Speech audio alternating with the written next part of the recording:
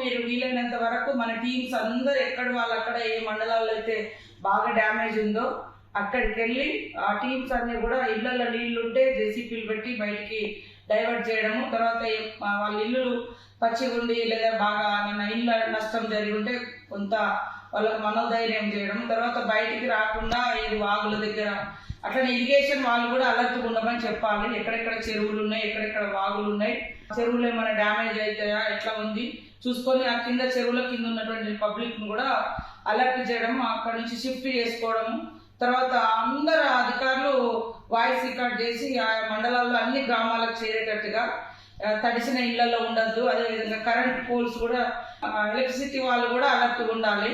తర్వాత డ్రింకింగ్ వాటర్ను కూడా మనము అందుబాటులో ఉంచుకునే విధంగా చూడాలి. మొత్తం నిరాశ్రులైనటువంటి వాళ్ళు ఎవరైతే 500-600 మంది ఉన్నారో వాళ్ళకు ఫుడ్ కానీ వాటర్ కానీ మంచిగా ఇబ్బంది లేకుండా ప్రొవైడ్ చేయాలి. తర్వాత RNBPR వాళ్ళు కూడా ఎక్కడెక్కడ డ్యామేజ్ అయినాయి అవన్నీ తిరిగి అవన్నీ నోట్ చేసుకోమని చెప్పండి. వర్షం తగ్గినా కూడా వాళ్ళను పబ్లిక్ ఇబ్బంది లేకుండా రెస్క్యూ చేయడము, తర్వాత ఊర్లన్నీ విలేజ్లన్నీ కూడా కొద్ది వాటర్ లేకుండా డైవర్ట్ చేయడం, బయటకు వెళ్ళిపోయే విధంగా. తర్వాత అగ్రికల్చర్ వాళ్ళు కూడా అక్కడ ఏమేమి డ్యామేజ్ అయింది, RNB, ఎలక్ట్రిసిటీ, RWS, శానిటేషన్ అందరు కూడా అలర్ట్గా ఉండండి. వర్షం వచ్చిపోయిన తర్వాత మట్టి మొత్తం బ్లీచింగ్ పౌడర్ అవి అట్లాంటివి కూడా స్ప్రే చేయండి ఎక్కడికక్కడ.